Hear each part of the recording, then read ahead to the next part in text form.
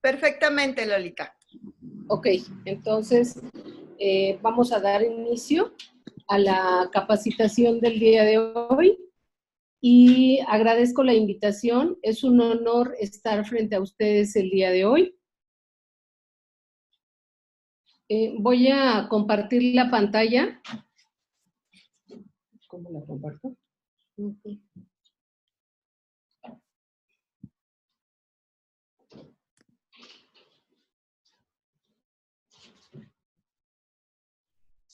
A ver, nada más necesito que me confirmen si ya se ve la pantalla. Perfectamente. Ok. Ok, muchas gracias. Vamos a dar inicio. Como les decía, agradezco la invitación y es un honor estar frente a ustedes el día de hoy. Como ya mencionaron, soy enfermera. Mi experiencia laboral fue por 3 años en el Instituto Mexicano del Seguro Social.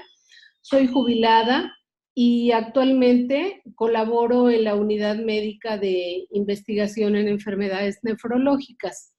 Hace 6 años yo tomé la decisión de dejar el ejercicio profesional, pero necesitaba seguir aportando toda mi experiencia que había adquirido durante ese tiempo y tomé la decisión de irme hacia el lado de la investigación.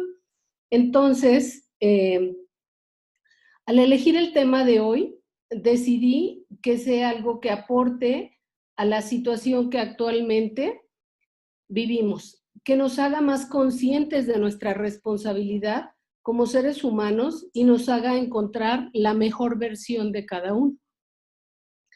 El autocuidado se puede abordar desde diferentes disciplinas. Yo decidí abordarlo inicialmente desde cómo ve la filosofía el autocuidado. Y nos dice que se refiere al cuidado y cultivo de uno mismo en un sentido integral, donde involucra el alma, el conocimiento del yo y la forma de la primera atención, es decir, de la atención primaria, donde está incluida la salud emocional y entendiendo que tengo que tener compromiso con mis emociones, porque si no tengo control de ellas, esto me va a generar estrés. Tengo que identificar sentimientos como tristeza, ira, que entender que estas emociones no debemos clasificarlas como buenas o malas, que cada emoción te va a indicar algo. Es decir, te va a dar un mensaje, porque las emociones son una vía de expresión. También en esta parte, el cuidado espiritual nos indica que es conectar con cada uno de nuestros valores y con lo que realmente tiene importancia para cada uno. Iniciando con agradecer todo aquello que te sucede y lo que tienes que expresar, es decir, los propios sentimientos, que son inherentes a cada uno de nosotros. Tenemos que expresar la parte positiva de la vida. Con esto quiero decir que seamos congruentes con lo que hacemos. Y algo que es primordial es vivir en el presente. Ahora, la otra disciplina desde donde yo decidí enfocar el autocuidado es la medicina moderna. ¿Cómo ve la medicina moderna el autocuidado? Bueno, en nuestro país existen 3 niveles de atención médica. El primer nivel es la medicina preventiva, el segundo nivel es el diagnóstico oportuno y el tratamiento, y el tercer nivel es la alta especialidad. Entonces, la medicina preventiva nos dice que el autocuidado es una solución parcial que se impone a los gobiernos. ¿Esto por qué está regido?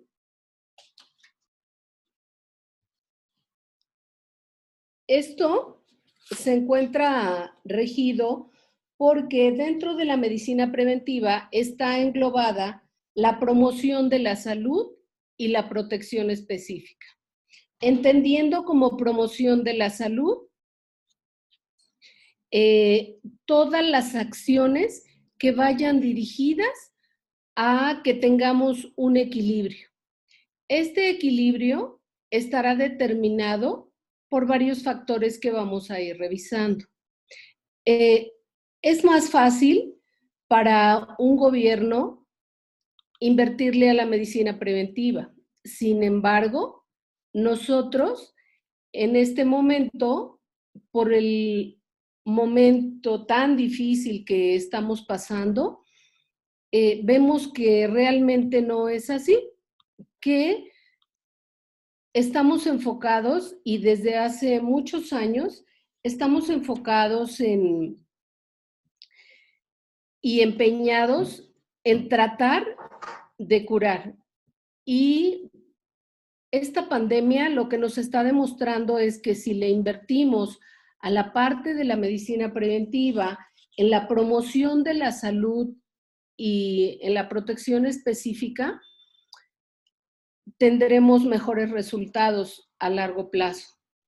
Entonces, desde la enfermería, que es el área en la que yo me desarrollé, ¿cómo se ve el autocuidado? Bueno, el autocuidado está referido a una teoría y yo les voy a platicar sobre una teorista de Estados Unidos llamada Dorothea Orem, que es una enfermera que define un modelo de atención y hace una teoría general del autocuidado. Entonces, la manera de ver al ser humano es como un ser biopsicosocial, es decir, también de una manera integral. Y esto significa que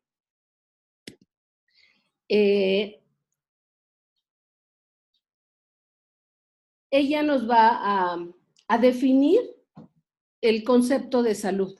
Entonces, la salud es un estado de integridad de los componentes de los sistemas biológico y de los modos de funcionamiento social del ser humano. Entonces, ella nos dice que cuidarse a sí mismo, como una definición, es la actitud y aptitud para realizar actividades de forma voluntaria y sistemática. También esto nos va a llevar a conservar la salud y esto como consecuencia previene las enfermedades. ¿Por qué es tan importante conservar la salud? A través de adoptar un estilo de vida adecuado para equilibrar los procesos degenerativos dentro de las células. Entonces, todos sabemos que dentro de las células existen muchísimas funciones, pero una de las más importantes es la oxidación que se genera. Y esto a largo plazo produce envejecimiento. Aquí lo vamos a ir revisando. Y bueno, ella lo que propone es que existen unos requisitos universales. Estos requisitos son un conjunto de acciones intencionadas que cada persona realiza para controlar tanto sus factores internos como sus factores externos. Y esto es lo que podría comprometer la vida y el desarrollo posterior. Lo vamos a ir revisando porque ella nos sugiere unos supuestos y nos dice que partimos, el primer supuesto es de que todos tenemos la capacidad de cuidarnos y esto se aprende a lo largo de nuestra vida. Es decir, desde que nacemos hasta que morimos tenemos podemos ir desarrollando esta capacidad, que es independiente de la edad cronológica. Ahora, ¿a través de qué lo hacemos? A través de comunicarnos y de las relaciones interpersonales. ¿Cómo vamos adquiriendo esto? A través del seno de la familia, después vamos a la escuela, pero el entorno externo, las amistades y el trabajo cuando somos adultos, infieren de una manera muy importante en desarrollar esa capacidad.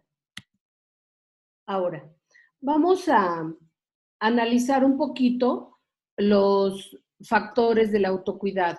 ¿Cómo inciden los factores externos y los factores internos?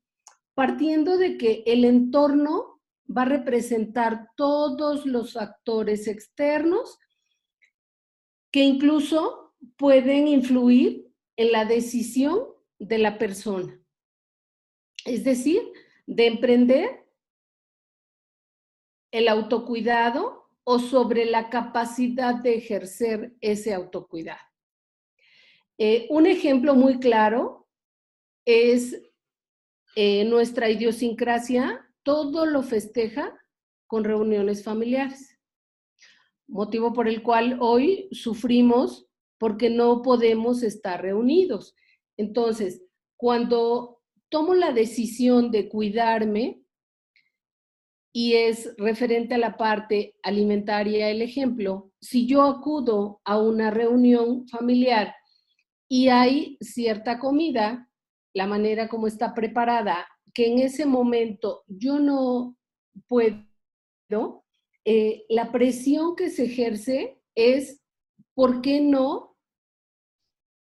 ¿Por qué no puedo hacerlo? Entonces, para no quedar mal con mi entorno, muy probablemente yo en ese momento acepte por no, la intención que yo tengo de no consumirlo, quizás se vea afectada por esa presión social de las preguntas son ¿y por qué no puedes? ¿Y no quieres más? ¿Y te sirvo más? Y son atenciones, pero en ese momento mi decisión dependerá no de mi convicción, sino de la presión que se ejerza en ese momento por el entorno. ¿Y a qué está ligado todo esto? Bueno, esto está ligado a las acciones humanas que yo tendría que hacer para tener mi autocuidado. Entonces, ¿cuáles son las acciones que la teoría del autocuidado dice que yo debo hacer? Bueno, primero, que mi ingreso de aire tiene que ser suficiente y constante. La ingesta de agua también tiene que ser suficiente y constante porque una tercera parte del organismo humano está compuesto por agua. La ingesta de alimentos, ¿por qué tiene que ser constante? Y también no nada más es la ingesta, sino los procesos de eliminación urinaria e intestinal tienen que estar permanentes. Otra acción inherente es cómo distribuyo mi tiempo entre las actividades propias y el descanso. Debe haber un equilibrio entre mi yo interno y mi entorno. También tengo que ser consciente de los riesgos de mi entorno y cómo impactan en mi vida. Este impacto, cómo es y cómo me desenvuelvo en el día a día con los demás. Ahora, ¿qué sucede cuando yo no soy consciente de todo esto que está pasando? Bueno, podría venir un desequilibrio. ¿Y cómo es ese desequilibrio? Bueno, el desequilibrio se da cuando la persona no tiene plena conciencia de su autocuidado. O sí tiene, pero el entorno siempre le estará generando una decisión condicionada. Yo voy a poner aquí un ejemplo muy sencillo con respecto al consumo de alcohol. Hoy en nuestra sociedad está muy permitido y cada vez a más temprana edad, esta generación tiene acceso al consumo del alcohol. Entonces, ¿en qué momento decido, por mi propia convicción, poner un límite en el consumo y en la frecuencia de consumo?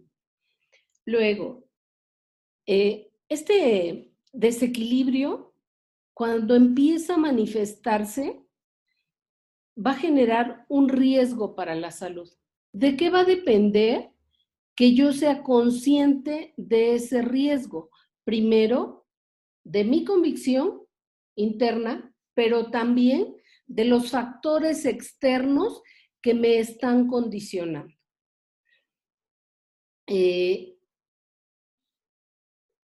Aquí llega un momento en el que uno dice, bueno, sí, toda esta información está muy bonita, pero ¿qué va a pasar? Yo hoy decido hacer conciencia y de dónde voy a partir para tener un autocuidado. ¿De dónde parto? Que tenga la edad que tenga, esté en la condición de salud que me encuentre, es decir, sano o en riesgo, ¿de dónde voy a partir? Bueno, aquí tenemos unas directrices y cuáles serían las conductas benéficas para mi salud. Bueno, como número 1 está la higiene y dentro de la higiene no nada más está considerado el baño diario, sino algo muy importante que en este momento está siendo un punto de inflexión entre las personas que se infectan o no, que es el lavado de manos.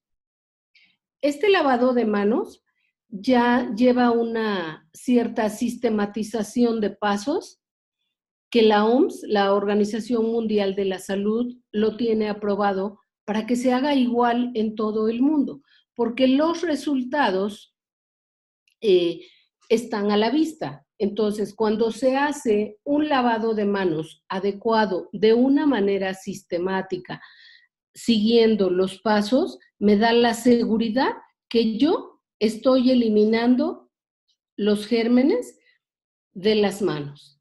Y bueno, las manos las utilizamos para todo. Hoy lo estamos viendo que la recomendación número 1 es no te toques la cara. Entonces, independientemente de las barreras que estamos usando. Enfocado al lavado de manos, al final de la presentación hay bibliografía si lo quieren consultar, para no detenerme tanto en esto y seguir. El segundo es el ejercicio. El ejercicio como tal, a veces decimos, pero ¿cómo voy a iniciar si yo nunca lo he hecho? Y lo más recomendable sería salir a caminar. En este momento, por la condición, no podemos hacer. Sin embargo, podemos hacer otras actividades sencillas como dentro de la casa, como saltar la cuerda. Y nosotros no necesitamos una gran cantidad de espacio, no necesitamos ir a un gimnasio para hacerlo, eso lo podemos hacer desde casa. A la gente que le gusta el deporte, los boxeadores, normalmente esto lo hacen para aumentar la resistencia muscular. Y también está propuesto bailar, por ejemplo. Eso lo podemos hacer desde casa, no necesitamos salir para hacerlo y esto va a generar otros beneficios, no nada más la parte física. Como tercero está la alimentación. Esto ¿Hacia dónde nos lleva la parte de la alimentación? Bueno, esto nos lleva hacia nuestra propia idiosincrasia otra vez, como raza, y al consumo de alimentos.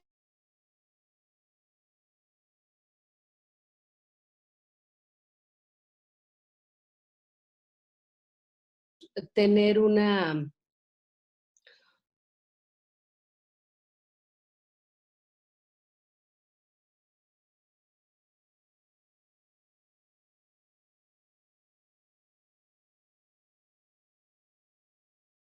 tal, pero la dieta tiene que cumplir una función y la dieta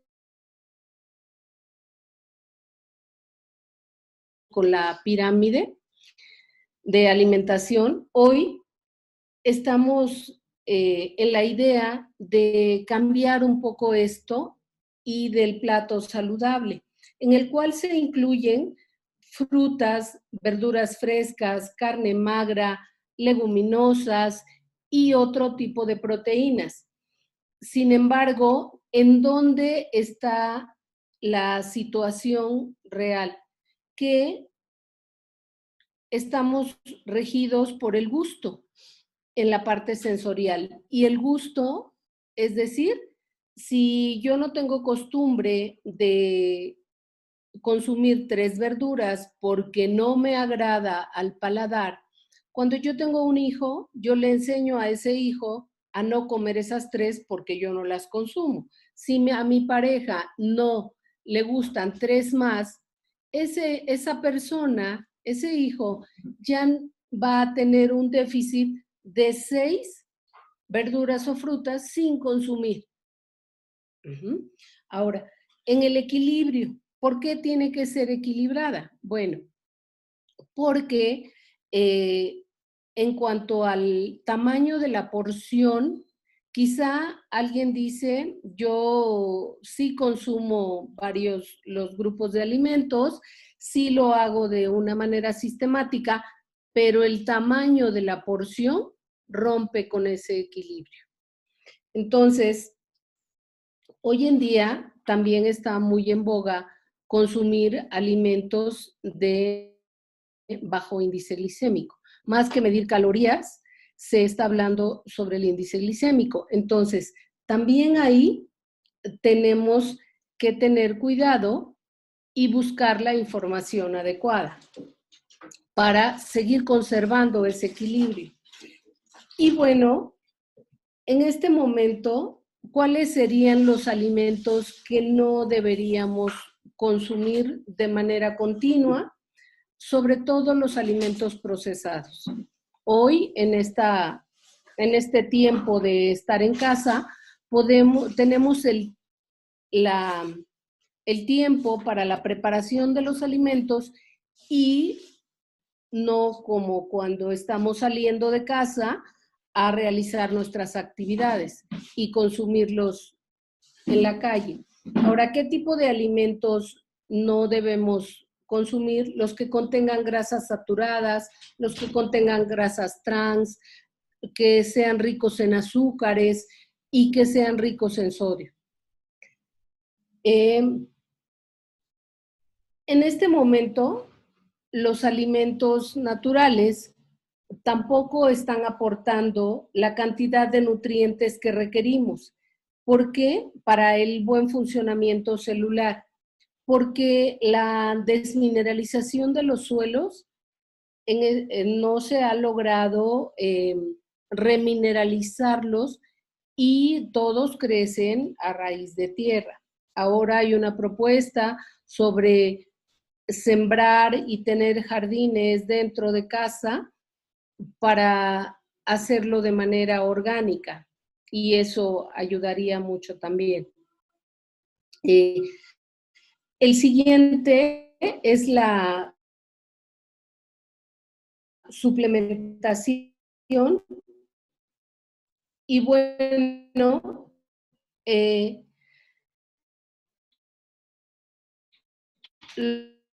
lo voy a dejar para el... Y esto que me va a permitir que si en algún momento tengo un desequilibrio, el diagnóstico va a ser oportuno y voy a tener muchísimas opciones de tratamiento. En cambio, si sigo con la idea de recurrir al médico cuando necesito porque algo me duele, los diagnósticos muy probablemente no sean oportunos y el tratamiento menos. Entonces, ¿cuáles son los exámenes que yo me debo realizar para este chequeo? De sangre son química sanguínea, biometría hemática y un examen general de orina. Si yo cuando voy a mi chequeo acudo ya con estos resultados, doy un panorama al profesional de la salud para que me indique qué cambios debo hacer. Pero en este momento, por la situación que vivimos, estamos viendo que contar con un seguro de gastos médicos mayores es primordial. Pero también, si yo no cuento con este seguro, saber a dónde acudir. Es decir, si yo soy derechohabiente de alguna institución, saber cuáles son los hospitales que me pueden dar la atención oportuna.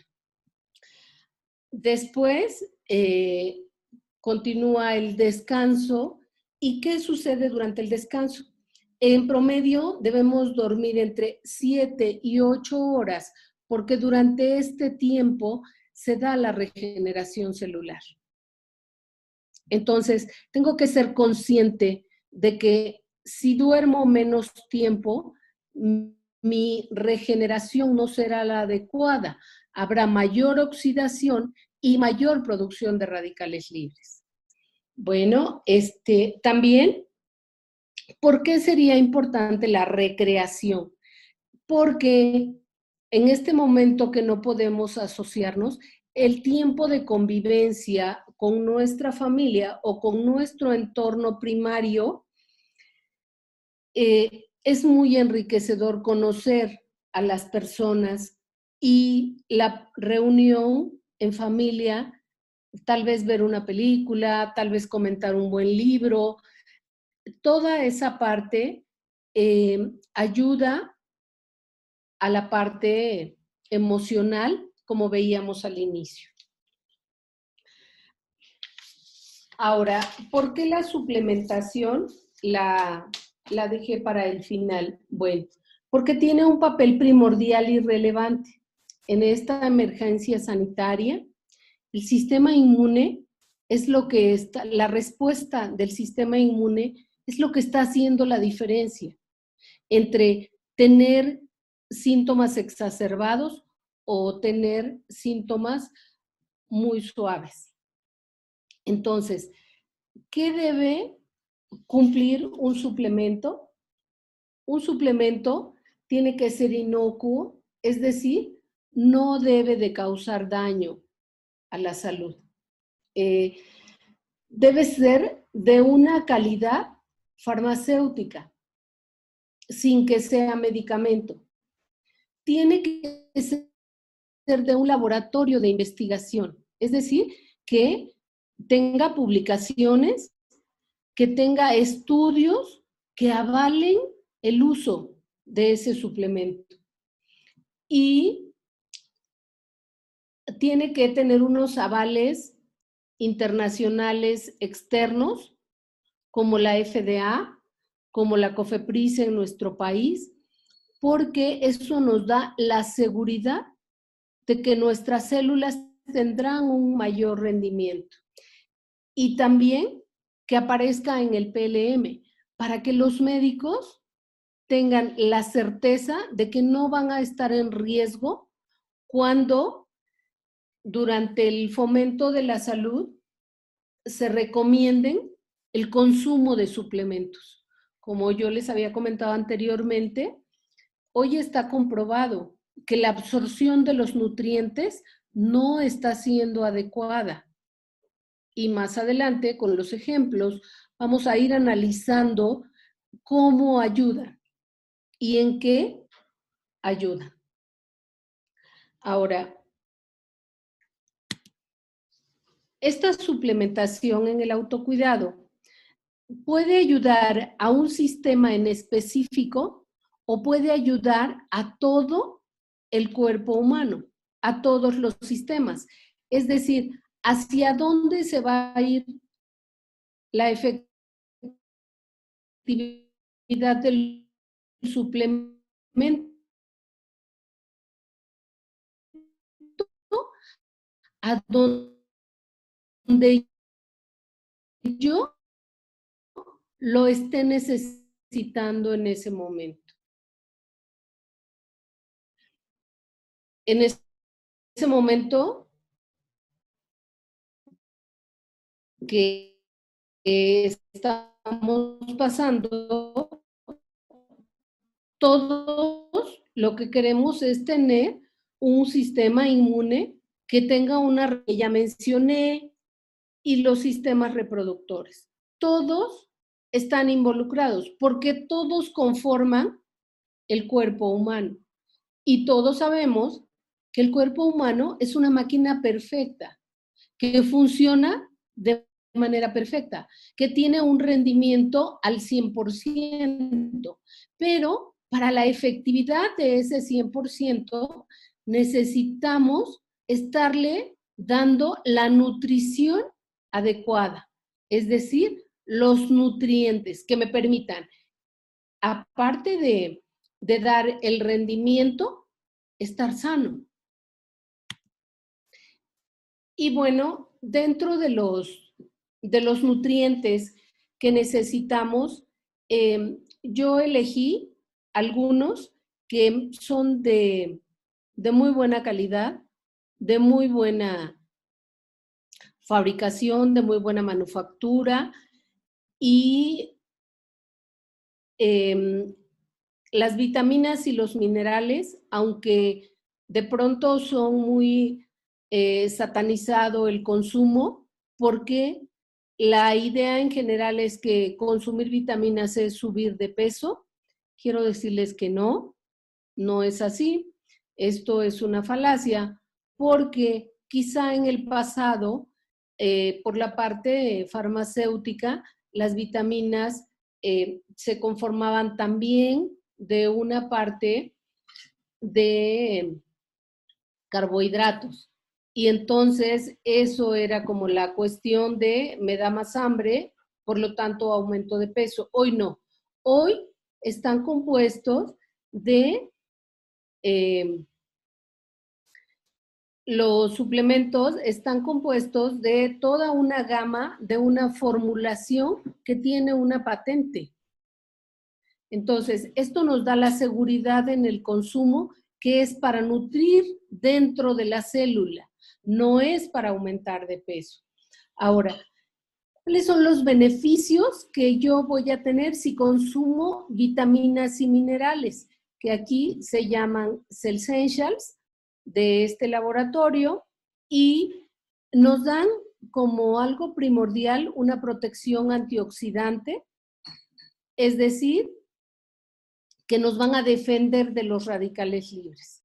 Van a reducir el riesgo de accidentes cerebrovasculares y también reducen el riesgo de desarrollar enfermedades crónico-degenerativas. Sabemos que el riesgo de desarrollar una enfermedad crónico-degenerativa depende un 50% de la carga genética que se traiga. Es decir, si yo soy hijo de padre o madre diabética, tendré el 50% de posibilidades de ser diabético. ¿De qué va a depender que desarrolle o no la enfermedad como tal?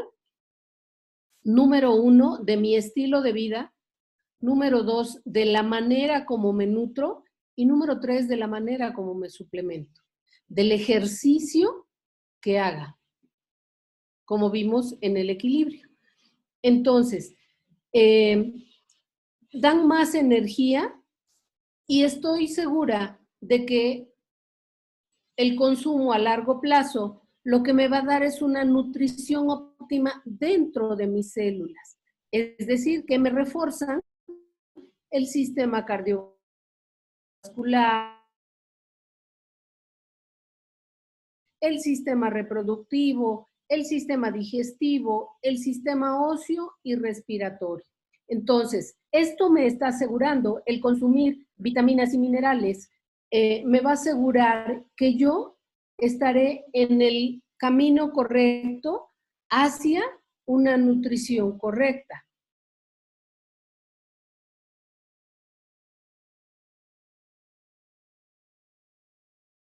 Biomega, que tiene una proporción muy buena, ayudar a disminuir niveles de colesterol y triglicéridos.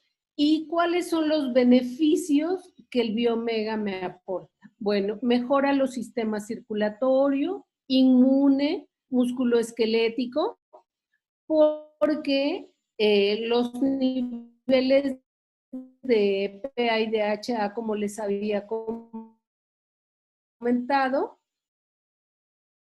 lo que aportan son ácidos grasos, omega 3, conexiones dentro de la concentración y el aprendizaje. Entonces,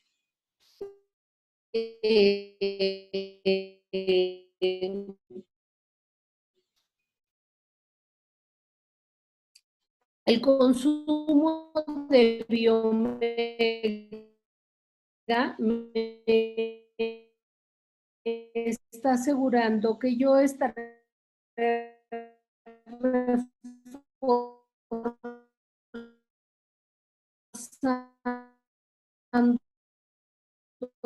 de manera adecuada. El proflavanol, los hipertensos, esa carga es muy alta. ¿De qué va a depender que yo desarrolle hipertensión arterial? Número 1, de la nutrición que tenga. Número 2, del ejercicio que realice. Número 3, de la suplementación. Entonces, tenemos que abrir un poquito nuestro panorama sobre qué sí y qué no debo consumir. Ahora, por la situación que vivimos en este momento, los probióticos, ¿cómo nos están beneficiando? Bueno, en la primera parte del intestino delgado se genera el sistema inmune, es decir, las vellosidades a través de las cuales se absorben los nutrientes de lo que consumimos, ya sean alimentos, suplementos, esa capacidad que tienen de moverse.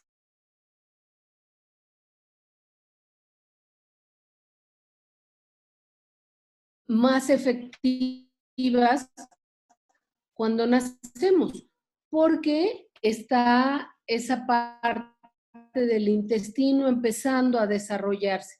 Sin embargo, perdiendo, la estimulamos para que el inicio del sistema inmune esté en una efectividad del 100%, es a través de 2 cepas que contienen estos probióticos y que son los que nos van a generar, pero no nada más a la velocidad de las vellosidades, sino también, algo muy importante, es que estimulan nuestra propia flora. La flora bacteriana, que es la que ayuda a la parte de la absorción, eso es lo que tienen de diferente. Entonces, tienen que soportar el pH del estómago, donde se realiza la digestión de alimentos, y están diseñados porque vienen de manera liofilizada en polvo que se disuelve y no vienen disueltos en una solución azucarada. Por lo tanto, todas las personas que ya tienen algún tipo de desequilibrio, tanto en la absorción de alimentos como de ciertos nutrientes, se verán beneficiados. y algo muy importante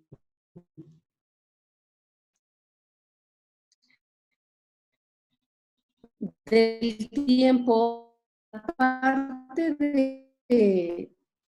de la oxidación y de los radicales libres que se genera dentro de la célula, se ha visto que la tomar mucho tiempo en que empiecen a notar la diferencia, que empiecen a sentirse mejor, porque cada uno tendrá reacciones completamente diferentes.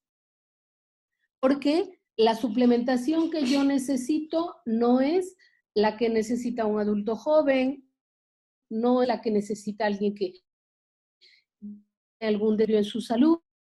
Entonces, las reacciones son diferentes y yo los invito a que hagamos conciencia sobre el autocuidado. Muchas gracias.